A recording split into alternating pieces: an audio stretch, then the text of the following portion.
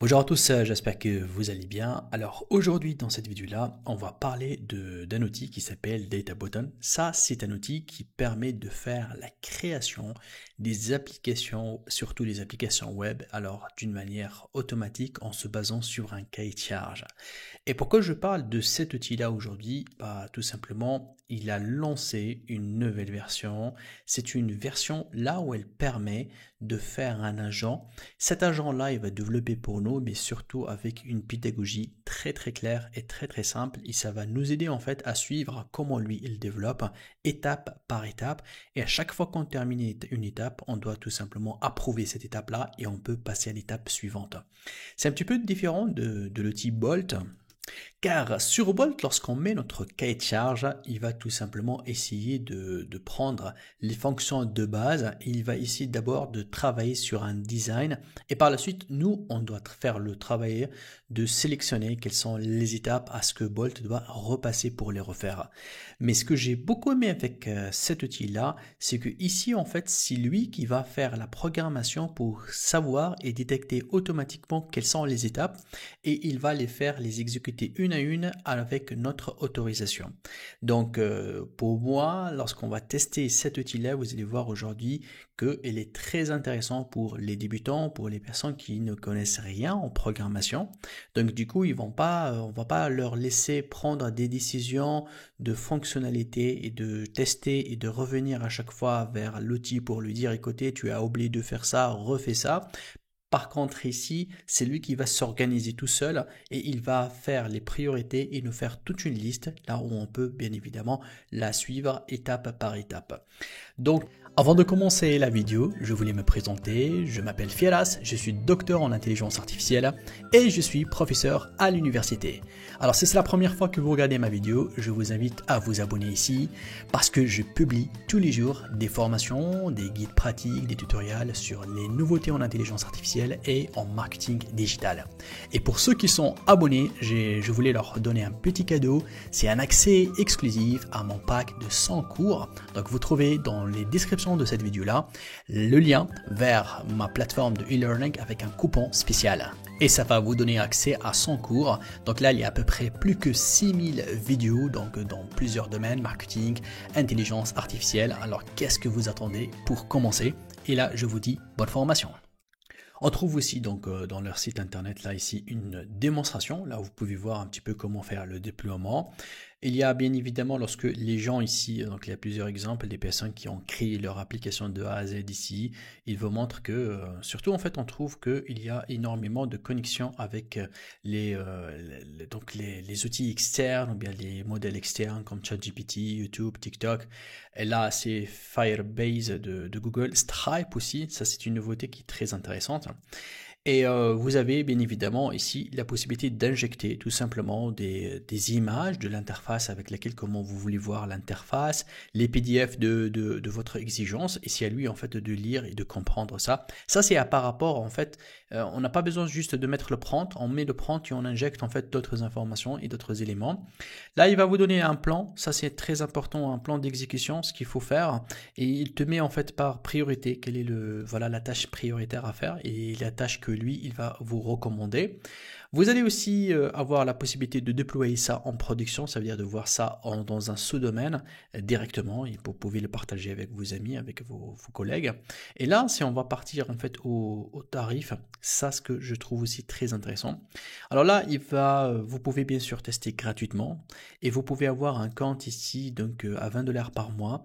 Et là, il vous donne combien d'applications ou bien d'IA en fait que vous pouvez éditer et c'est très intéressant. Hein, à 75 ici à 20$, c'est largement suffisant hein, pour ceux qui veulent vraiment développer une application qui est très poussée.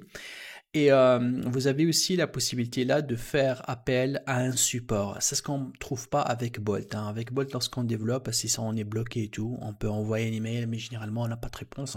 Par contre là ici, si vous prenez ce pack là, ça c'est demandé surtout pour les agences web qui développent des applications sous demande ou bien sous commande. Et eux, lorsqu'ils vont développer, si vraiment ils ont besoin en fait de faire appel aussi à des experts qui sont dedans, ça aussi c'est une information très intéressante. Ça va vous permettre en fait d'avoir des consultations directes avec un humain en fait qui est expert sur cet outil-là, qui peut vous débloquer, comme vous le voyez là ici, et vous fait débloquer en fait les différentes applications si jamais ça se bloque. Vous pouvez avoir ici un service vraiment très très poussé, et ça en fait vous pouvez le faire, l'activer juste pour un mois et après rebasculer ici. Ça veut dire que le temps que votre application elle est à 100% opérationnelle, bon, un mois c'est largement suffisant parfois pour faire une application qui est complexe, pour la développer ici, donc on peut le faire très rapidement et après vous pouvez rebasculer ici.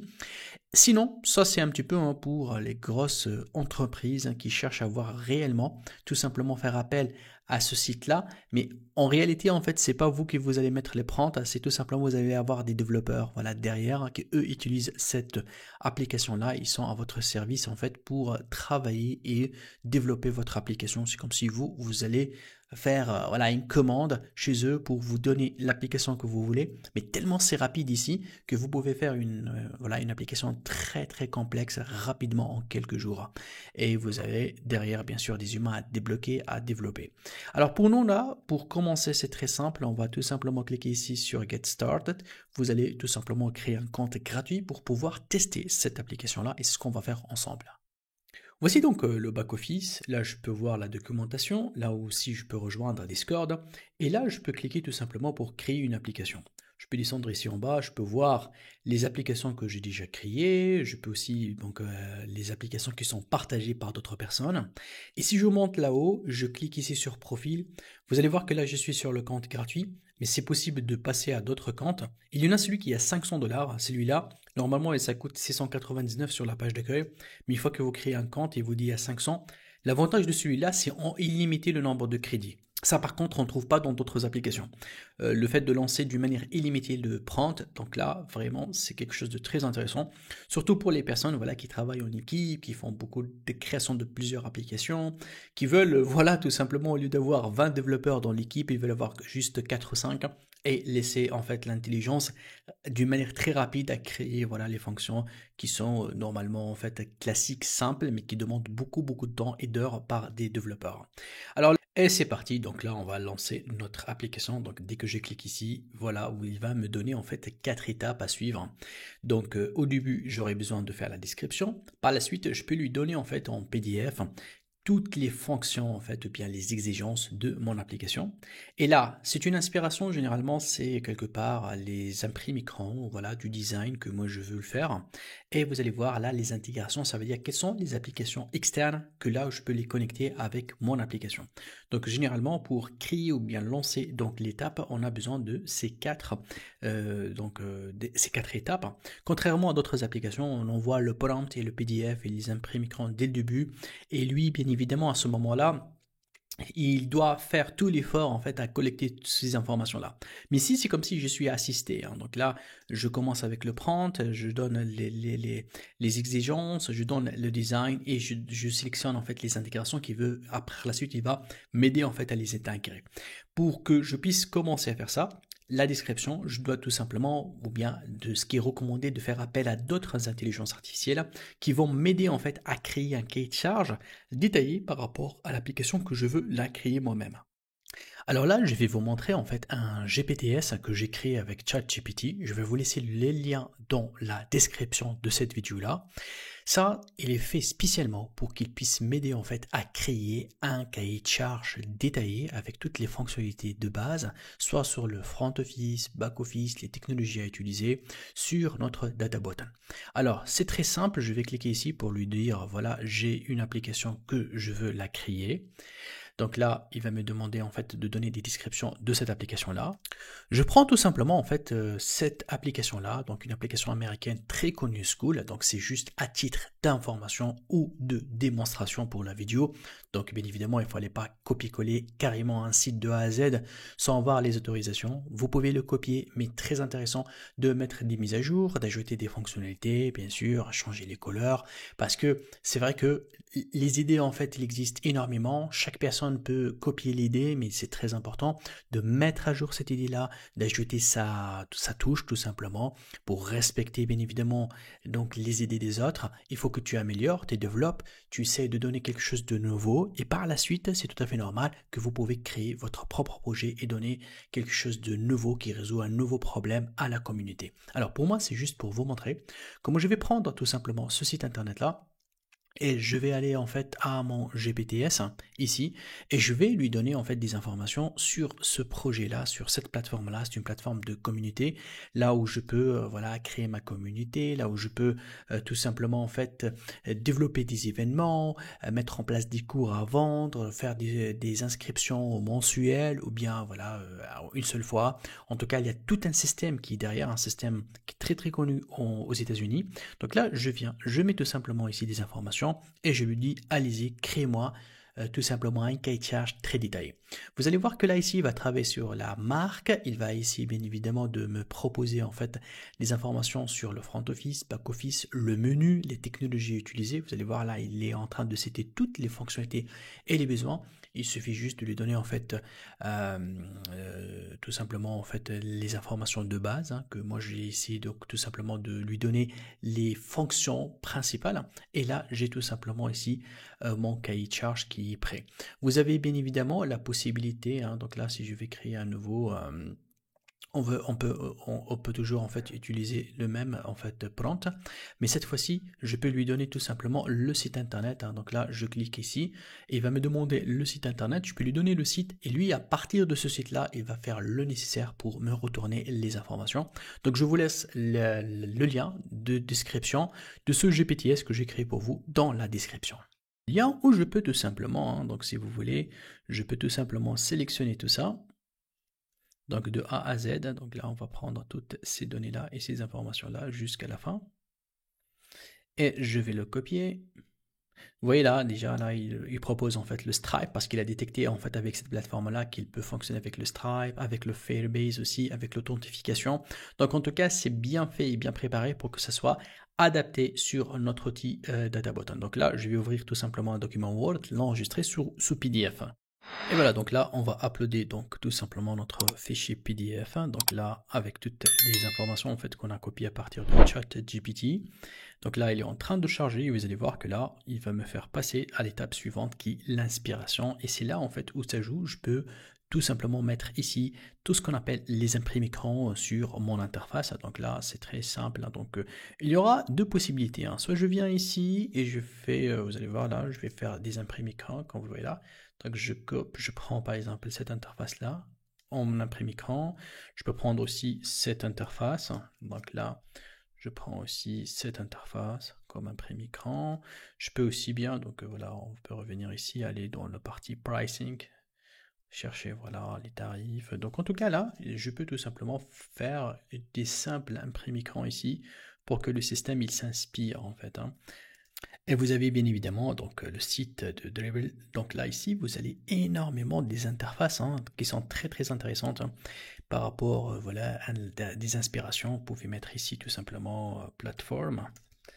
Et là, vous allez voir qu'il va vous donner énormément de plateformes et vous pouvez bien sûr s'inspirer. Vous allez trouver beaucoup de designs et à chaque fois que vous trouvez un design intéressant, vous prenez des screens et vous revenez ici et vous pouvez tout simplement donc coller les screens ici. Alors pour moi, je vais juste prendre en fait les imprimes écran que j'ai pris tout à l'heure donc de l'application.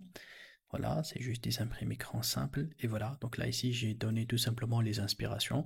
Mais vous pouvez vraiment compter sur ce site-là pour trouver énormément donc des imprimes écran, voilà, des styles, des designs qui sont très intéressantes. Dernière étape à faire, c'est la partie en fait qu'on appelle l'intégration. Donc là, je vais cliquer sur suivant.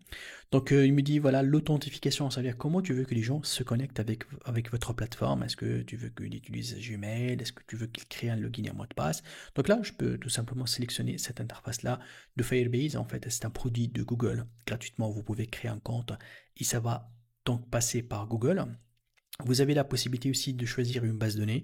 Donc là ici ils sont intégrés avec Firestore et aussi Supabase. Donc vous avez le choix en fait de choisir ce que vous voulez. Et là au niveau de paiement, ça c'est très intéressant. Si vous posez avec Stripe, il suffit tout simplement de cliquer sur ça pour que il arrive à tout simplement connecter votre compte Stripe avec donc l'application. Mais attention, il fallait absolument avoir un compte Stripe actif pour pouvoir le faire. Et là, ça, la partie en fait storage, donc tout ce qui est enregistrement, voilà, donc des photos, des vidéos et tout, vous pouvez bien évidemment choisir en fait où est-ce que vous voulez enregistrer tous vos data. Une fois que c'est fait, tout ce qui reste à faire, c'est tout simplement donc de cliquer sur Let's Start ici pour que le système commence à développer notre application. Et voilà, donc là, le système va commencer en fait à faire la génération en fait de notre code, mais vous allez voir que là, son point fort, c'est que lui, il est capable en fait de créer aussi ce qu'on appelle la création des étapes nécessaires pour lancer le code. Et voilà, donc en quelques secondes, il vient de me donner ce qu'on appelle to do. Ça, c'est une liste là où il va me donner tout simplement en fait son programme et son planning. C'est-à-dire qu'il va me dire, écoutez, pour réussir en fait votre application, on aura besoin d'établir en fait toutes ces étapes-là et on doit les faire dans cet ordre-là. Et à chaque fois que je vais lancer une étape, bien évidemment, je dois la tester et après cliquer bien évidemment sur l'étape suivante vers Start Task pour qu'il passe à l'étape suivante. Et là, ici, en fait, j'ai 8 étapes. Donc, si je regarde là, ici, j'ai les 8 étapes. Alors, pour première étape, il me demande, en fait, plutôt, il propose de créer ce qu'on appelle landing page pour que je commence avec la page d'accueil, côté design, côté l'affichage, en fait, des communautés et les fonctionnalités de notre plateforme. Ensuite, là, il travaille sur la partie authentification pour connecter, voilà, pour créer des comptes utilisateurs. Par la suite, là, c'est tout simplement, il va créer ce qu'on appelle la partie là où je peux voir les autres communautés, choisir une communauté pour rejoindre. Et là, l'étape suivante, c'est pour tout simplement donc implémenter cette fonctionnalité-là et permettre aux gens en fait de créer et gérer les communautés. Par la suite, là, c'est la création en fait de la partie des discussions. Par la suite, là, la partie du cours et learning experience, ça c'est très important parce que la plateforme permet de vendre des cours. Et là, la partie de paiement, en fait, et d'inscription avec Stripe. Donc, tu vois, là, même si je n'ai pas sélectionné Stripe, mais vu que je l'ai mis dans le cahier de charge, donc il l'a capté. Et là, donc, c'est la partie événements. Je peux ajouter, voilà, 10 événements avec mon système. Alors, c'est parti. Première chose à faire. Donc, je vais cliquer ici pour lancer la première tâche. Donc là, ça va partir en fait au mode donc de programmation. Vous allez voir que là ici, il faut voir toujours en fait qu'on a dans la console ici la partie là où il va permettre en fait de faire donc la programmation. Et bien évidemment, je peux tout simplement en fait voir aussi donc toute la partie en fait là où il va donc me montrer le code par la suite. Donc bien évidemment là, je vais le laisser en fait le temps pour qu'il puisse faire tout le développement de la première donc page. Vous allez voir que voilà, il fait le plan, il fait le codage, il fait la programmation, et pour que par la suite, je peux voir un petit aperçu de la première partie. Donc, on le laisse tourner jusqu'à ce que, ici, en fait, on va plus trouver en fait cette équation-là de pause. Cette icône de pause va être terminée, et donc du coup, à ce moment-là, je peux soit passer à l'étape suivante pour le dire passe à la deuxième étape, ou bien tout simplement si j'ai des remarques par rapport à la première étape, je peux lui demander voilà, de rectifier ou bien de corriger certains codes. Donc je le laisse le temps pour qu'il termine, donc généralement il prend quelques minutes en fait pour faire l'écriture de tous les codes et que par la suite je fais le déploiement. Donc là, j'ai mon premier aperçu. Donc vous allez voir que là, ici, en fait, j'ai donc un aperçu de mon application. Donc là, ici, je peux bien évidemment voir, c'est vraiment, il a cloné, il a cloné le site. J'aurais dû en fait préciser d'utiliser notre logo et tout. Mais lorsque je regarde ici, c'est pratiquement le même. C'est incroyable. Donc je suis en train de voir. Donc là, bon, la photo ici n'apparaît pas, mais c'est pas grave. Mais là, je vois comment il a fait la première page. Il a même donc mis en place en fait la partie pour le paiement, pour l'abonnement. Je vois que c'est très intéressant. Je vois aussi qu'il a ajouté ici la partie pour se connecter, se loguer. Et je peux voir ici, bien évidemment, à gauche, en fait, toutes les informations par rapport en fait aux différentes interfaces de ma page. Parce que là, ici, en fait, pour chaque partie, il y a bien évidemment donc du code qui est fait derrière et une partie, par exemple, par rapport à cette bannière-là, je peux la travailler toute seule, donc pour régler des informations par rapport à ça. Si je vais aller à la partie, par exemple, pricing, lorsque je clique, il va va me donner la partie pricing. Chaque code en fait il est à part, donc il est bien en fait développé. Et je peux voir bien évidemment là ici le UI file, je peux voir aussi, bon là il te donne qu'il n'y a pas encore fait donc ces étapes là. Là la partie donc de stockage interne, donc là bien évidemment à partir des imprimés écran que je lui ai donné, donc il s'est inspiré par rapport à ça. Et donc ici j'ai en fait un petit aperçu sur mon affichage. Je peux bien évidemment le voir sur la tablette, sur le site de téléphone pour en être sûr que c'est responsive. Ça c'est très très intéressant. Je peux cliquer ici pour faire Open Preview. Donc là lorsque je clique, il va ici donc de faire l'aperçu. Mais si ça paraît pas, parce que j'aurais besoin en fait d'abord de faire ce qu'on appelle le déploiement. Ça veut dire cette option là, elle va permettre tout simplement à déployer en fait cet outil là. Il va me demander de donner un username, c'est-à-dire un nom, pour qu'il me donne un hébergement sur databutton.api. APP. Donc là ici, je vais l'appeler par exemple, voilà, juste pour tester, on va mettre Dr. Firas. On va confirmer, il faut que ce soit libre. Donc celui-là, il est disponible. Donc là, du coup, je clique ici sur déployer une deuxième fois. Là, il me dit, ok, le nom de l'application, tu veux l'appeler comment? Bon, on va la laisser ici comme ça, parce qu'à la fin, en fait, ça va être le nom de l'application. C'est juste pour tester. Donc on va cliquer sur déployer. Vous allez voir que là, en fait, il est en train de faire carrément le déploiement pour installer ça sur ce site-là. Et je vais vous montrer, bien évidemment, que je peux même, en fait, faire le paramétrage pour que ce soit un nom de domaine personnalisé externe aussi. Il se fait de manière automatique. Et c'est ce qui fait en fait la puissance de cette application là, donc il peut m'aider lui donc de faire donc le déploiement externe. Donc là ici il est en train de faire le déploiement pour que je puisse voir ce site là sur un URL. Donc on va attendre juste un instant, le temps qu'il termine en fait le déploiement. Et voilà, donc là mon URL il est prêt, donc tout simplement je vais cliquer ici pour pouvoir l'ouvrir dans une autre page, et comme vous le voyez là j'ai donc l'affichage de mon application. Vraiment, c'est du très très bonne qualité de clonage, hein, donc de copier. Je trouve que vraiment elle a été fait d'une manière très très bien. Bien évidemment, là, il est resté juste au niveau de la première page. C'est ce qu'il m'a dit dans la première étape, c'est de faire le landing page. Si je reviens ici, vous allez voir qu'il y a la partie setting. Donc la partie setting, elle est très importante. Bon, je trouve ici donc la partie là où il va donc me faire un petit récap sur les informations de l'application. Je peux bien évidemment la changer un petit peu le pitch que je lui ai envoyé. Là, la partie agent, là, la partie production, et c'est là en fait où je peux faire la personnalisation de mon nom de domaine. Donc il y a tout un guide ici, étape par étape, pour faire un nom de domaine.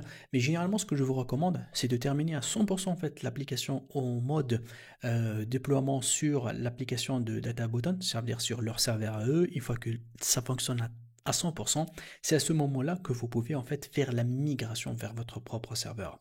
Là, les extensions qui vont être installées, bien évidemment, après au fur et à mesure, il va ajouter d'autres extensions comme Stripe et tout, ils vont apparaître ici. On va pas en TCP maintenant parce qu'il y aura une étape là où il va me demander de faire l'authentification, donc on va le faire à part. Là, c'est le côté design. Bien évidemment, je peux ajouter mon favicon ici et les informations en fait par rapport au design. Là, les clés, en fait, si je vais, par exemple, faire appel à OpenAI et tout, donc je peux installer ici les clés, ce qu'on appelle les variables générales, parce que parfois l'application peut utiliser une AI externe, et donc du coup, je dois paramétrer les KPI ici. Là, c'est les collaborateurs, hein, si jamais je bosse avec d'autres personnes, et là aussi, c'est les packages, en fait, qui vont être installés et qui sont en train d'être utilisés dans mon application. On va les trouver ici, tout simplement, et ça, c'est très, très intéressant. Donc du coup, ça c'est le côté en fait setting de mon système. Donc là, on va enlever le setting. Donc là, je vais revenir regarder sur la partie plan et là, j'ai la possibilité de faire deux choix. Soit en fait, je vais les marquer comme terminé et donc du coup là ici, donc il va être marqué. Donc du coup, il va me proposer de passer à l'étape suivante, comme vous le voyez là ici. Comme je peux aussi regarder, il y a la possibilité d'ajouter d'autres étapes ici intermédiaires. Donc là, du coup, je peux ajouter une autre étape pour lui dire attention, je veux que tu ajoutes autre chose dans la page d'accueil. Je lui donne exactement ce qu'il doit faire. Vous avez remarqué qu'il a consommé un crédit ici. Donc pratiquement l'étape égale à un crédit. Vous allez voir aussi, donc j'ai la possibilité de lui demander de retravailler l'application. Donc ça c'est le résumé. En fait, je peux aussi bien faire ça. Je peux ajouter ici des commentaires juste pour moi, pour se rappeler ici. Parce qu'après, en fait, je peux voir tout le projet, je peux revenir à voir les commentaires. Attention, les commentaires, ils ne vont pas être exécutés, c'est juste des commentaires. Mais si tu veux exécuter quelque chose directement ici pour lui demander de faire des modifications sur cette étape-là, vous avez bien évidemment cette partie-là qui est donc en bas ici. donc à droite, là où vous pouvez ajouter un prompt. Donc le prompt, soit vous allez l'ajouter ici, soit vous allez cliquer ici sur To Do pour ajouter en fait une étape. Alors si tout va bien, ce que je vais faire, je vais le marquer comme down, c'est comme si ça a été fait, voilà. Et donc là, maintenant, il est prêt à passer à la deuxième. Donc là, soit je lui dis ici, passe au deuxième, soit tout simplement, je viens ici et je clique ici pour Start Task, là où il va passer tout simplement à l'exécution de la deuxième tâche. Bien évidemment, il va prendre quelques minutes pour développer et mettre en place en fait ce système-là. Donc on va le laisser travailler. Donc là, il va bosser pour quelques minutes. Une fois qu'il termine, on peut voir la deuxième étape, là où il va faire l'authentification de la connexion username et nom d'utilisateur et mot de passe sur ma plateforme. Alors là, il va me demander en fait si je veux installer une base de données Firebase. Alors Firebase, tout simplement, c'est une base de données qui est créée par donc Google. On a un accès gratuit qui nous permet en fait de gérer, comme vous le voyez là ici, les logins, les mots de passe, l'enregistrement. Et on aura aussi besoin, bien évidemment, d'une base pour stocker en fait les informations. Donc du coup là, je vais lui dire oui, je veux ajouter la base. Et là, vous allez voir, il me donne en fait des instructions. Alors, pour le faire, d'abord, il faut savoir que là, ici, il y a tout un guide étape par étape pour ceux qui veulent vraiment suivre les étapes de A à Z et apprendre. Sinon, lui, qu'est-ce qu'il me demande? En fait, il y a quelques données ou bien des datas en fait qu'il exige pour que ça fonctionne. D'abord, il me dit qu'il faut que je me connecte sur Firebase Console. Là, il fallait avoir un compte Gmail pour pouvoir accéder, donc c'est très simple. Et il me demande ici de copier-coller en fait ma configuration de ma base de données. Donc quelque part ici, on va lui donner des accès, des codes pour que lui, il arrive à se connecter à sa base. Donc, du coup, on va aller sur Firebase, la chercher l'information et la coller ici. Ensuite, là, il va me demander en fait de faire la configuration aussi de authentification. Ça veut dire que on va activer la communication par email, ça veut dire que les gens ils peuvent se connecter par adresse email, et aussi bien par la connexion avec Google. Vous vous rappelez que parfois, lorsque vous entrez dans un site internet, il vous propose si vous voulez vous connecter avec Gmail directement. Ensuite, il me dit attention, il faut donner l'autorisation sur Firebase, ça veut dire sur la console de Google, pour que ces domaines-là vont avoir l'autorisation à se connecter à cette base. Donc là, c'est la deuxième chose à faire aussi. Ensuite, il me dit, écoutez, c'est très intéressant d'activer en fait le Firestore Database si je veux en fait enregistrer voilà les informations et les datas dedans. Donc du coup, je dois appliquer donc toutes ces informations-là. Une fois que c'est fait, je peux cliquer sur installer. Vous allez voir que lui, il va s'occuper à faire l'installation. Mais avant tout, let's go to Firebase Console ici pour pouvoir en fait faire la première création. Et voilà, donc là, ici, je suis tout simplement sur Firebase. Donc là, ici, je suis connecté, bien évidemment, avec mon adresse email Gmail ici. Et là, je vais créer un nouveau projet, tout simplement. Comme je peux utiliser des projets déjà existants, donc là, vous avez le droit, en fait, de faire le choix de créer un projet ou bien d'utiliser un projet existant. Alors, lorsque je vais entrer ici, je vais donner un nom donc de ce projet-là. Je vais l'appeler tout simplement School, comme ça, voilà. Je vais faire continuer. Là, si je veux activer Google Analytics, si je veux, pour faire le tracking de trafic et tout, bon, je ne vais pas le faire pour le moment parce que c'est pas très important. Je crée mon projet. Donc là, le projet il est en train d'être créé. Il prend quelques secondes pour terminer. Et voilà, donc mon projet il est prêt. Je vais cliquer sur continuer. Donc là, il va entrer dans la console, là où j'ai tout mon projet. Et ensuite, on va aller à créer ici. Voilà, donc je vais aller chercher en fait Firestore Database, voilà, pour commencer à créer ma première base de données ici. Donc dès que j'entre ici, le système il va me créer une base de données que je vais la donner en fait les informations de cette base. On va, voilà, donc là, on clique sur créer la base. Ces informations-là, ils vont me permettre tout simplement donc à faire la connexion. Donc l'emplacement de la base, je vais choisir l'Europe tout simplement. Là, je vais cliquer sur suivant et vous allez voir, donc là, on va partir en mode production ou bien en mode test. Donc, en mode test, c'est tout simplement ici, les informations ils vont rester juste 30 jours, après ils vont être effacées automatiquement. C'est à vous de choisir si vous voulez que les informations ils vont rester ou bien qu'ils soient en mode test. Ça change rien, mais enfin, après, lorsque vous allez déployer votre application définitivement, il fallait absolument que ce soit en mode, bien sûr, en mode production et non pas en mode texte. Donc là, il va tout simplement charger pour faire la création de votre base de données sur Firebase. Et maintenant, donc dans la page d'accueil, donc tout simplement, on va ajouter cette application-là web. Donc là, c'est un petit peu, donc le nom de l'application, vous pouvez le mettre avec un nom que vous voulez. Moi, je vais l'appeler school, par exemple, là, on va l'appeler school web, c'est juste le nom de l'application. Donc configure également Firebase Hosting, pas nécessairement, donc on va juste faire la création de mon application. Et c'est là où on va récupérer en fait les codes. Rappelez-vous qu'on aura besoin des codes pour les mettre ici, les codes de la configuration. Et là, on vient donc de faire l'installation. Donc là, je vais faire, ça c'est le code en fait, regardez, ça, cette partie-là, je peux la copier comme ça, d'accord? Ça c'est la partie là où il faut en fait la mettre ici, hein. Donc là, on va faire coller, donc il y a les informations et les codes de ma base et de mon application. Ça c'est la partie, la connexion avec l'application. Je clique sur accéder à la console, donc là ici c'est OK, donc on vient donc de mettre en place les informations en fait de mon système. Donc si jamais je veux récupérer les codes, ils sont toujours là, voilà, si jamais vous avez perdu ces codes-là. Et je peux maintenant partir donc à la partie là où je vais travailler ce qu'on appelle l'authentification. Rappelez-vous qu'on a ici une partie authentification qu'il faut le faire. L'authentification, comment ça se passe? C'est très simple. Je reviens ici, vous allez voir là ici, lorsque je vais dans la partie création, il y a un petit bouton qui s'appelle authentification. J'entre dans l'authentification. Et ici, dans l'authentification, je vais lui demander, en fait, lui exiger, voilà, pour qu'il se connecte avec le login et mot de passe et aussi avec Gmail. Donc là, j'active la partie login et mot de passe. Donc là, je le mets activé. Voilà, je l'active comme vous le voyez ici. Je peux faire le truc pour que les gens reçoivent un email lorsqu'ils vont se connecter, pour en être sûr que ce sont bien eux, surtout lorsqu'ils font la première enregistrement. Mais bon, c'est une option si vous voulez. Là, j'enregistre. Donc ça c'est très bien. Je peux ajouter encore à notre fournisseur, il y a la possibilité de se connecter avec le téléphone, hein. Je pense que ça vous arrive parfois dans des applications. Vous vous connectez, vous mettez votre numéro de téléphone, il vous envoie un SMS. Il y en a ceux qui utilisent le Facebook, il y en a ceux qui se connectent avec Microsoft, il y a GitHub aussi, il y a Yahoo, donc après tout dépend, hein.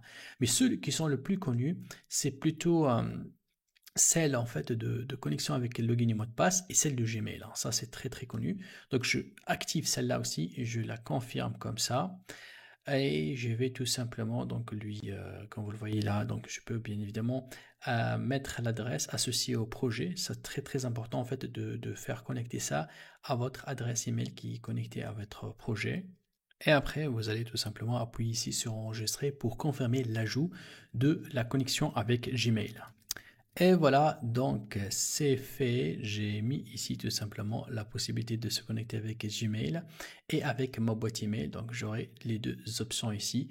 Donc là, du coup, on a fait correctement donc l'installation de la création de la base, la création de l'application, l'authentification. Si je reviens ici pour checker, ça me reste en fait le fait d'ajouter ces noms de domaine là. Donc on va copier le premier nom de domaine. Donc on revient ici, on va aller à l'authentification. Vous allez voir là ici, il y a tout simplement une partie de l'authentification dans la base de données pour faire l'autorisation en fait des noms de domaine. Plutôt en fait on va basculer vers donc l'authentification. Ici on a ce qu'on appelle les paramètres. Donc on va entrer en paramètres et vous allez voir ici qu'il y a le domaine autorisé. J'entre ici et c'est là en fait où je vais ajouter les domaines. Donc je commence avec le premier, je l'ajoute pour lui donner en fait la possibilité d'accéder à la base et je peux bien évidemment copier le deuxième ici comme j'ai fait là, j'ajoute le deuxième et voilà, je fais ajouter. Donc du coup j'ai terminé en fait toutes les étapes ici comme il faut.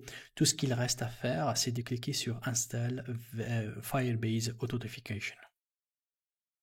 Donc je lance, vous allez voir là ici, c'est lui en fait qui va faire le nécessaire en fait pour faire la création de cette page là.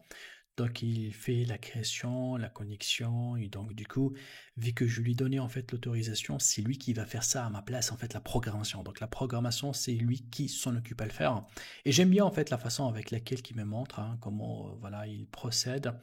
Et donc je le laisse le temps qu'il termine la configuration et pour qu'il fait le redémarrage en fait de l'application. C'est pour cela après je peux la déployer pour voir un petit peu comment ça se passe. Ça c'est très très intéressant. Donc l'authentification elle est faite correctement. Je vais cliquer sur OK down ici. Donc pratiquement cette étape là, il est en train donc de la finaliser comme vous le voyez là ici. Je vais tout simplement en finir et faire le déploiement pour tester carrément est-ce que l'authentification fonctionne ou pas. Et voilà, donc là, on a vu avec DataButton comment on peut créer une application avec no code, juste en créant donc des prompts et en exécutant les étapes que lui il va nous proposer. Je voulais que cette vidéo-là soit pas trop longue, donc là, on a dépassé les 30 minutes et je voulais juste vous faire un petit aperçu de ce qu'on peut faire avec DataButton. Si vous êtes intéressé, qu'on fait un projet ensemble de A à Z jusqu'à aller à l'installation de Stripe et à l'installation de projets sur un nom de domaine personnalisé, j'aimerais bien faire un live avec vous, un live gratuit, là où toute ma communauté sur YouTube se connecte en même temps et on essaie de travailler ensemble à un projet, de faire une petite discussion pour un petit peu alimenter ce projet-là et avoir un projet final prêt à être déployé. Alors écrivez-moi s'il vous plaît dans les commentaires live si vous êtes intéressé de faire un projet live avec moi. Voilà, donc je vais essayer de préparer un formulaire donc pour voir un petit peu quelles sont les dates en fait et l'heure qui peut arranger toute la communauté. On va faire un petit live ensemble gratuit pour toute la communauté. Alors si vous êtes nombreux, je vais le faire, donc n'hésitez pas à écrire live projet dans les commentaires. Merci. Merci d'avoir suivi cette vidéo. Donc si vous avez des questions, n'hésitez pas de m'écrire dans les commentaires. Je fais mon maximum pour répondre à toutes vos questions. Et si vous aimez la vidéo et vous voulez voir les prochaines nouveautés, n'hésitez pas à vous inscrire à ma chaîne. Je vous dis merci beaucoup et à très vite.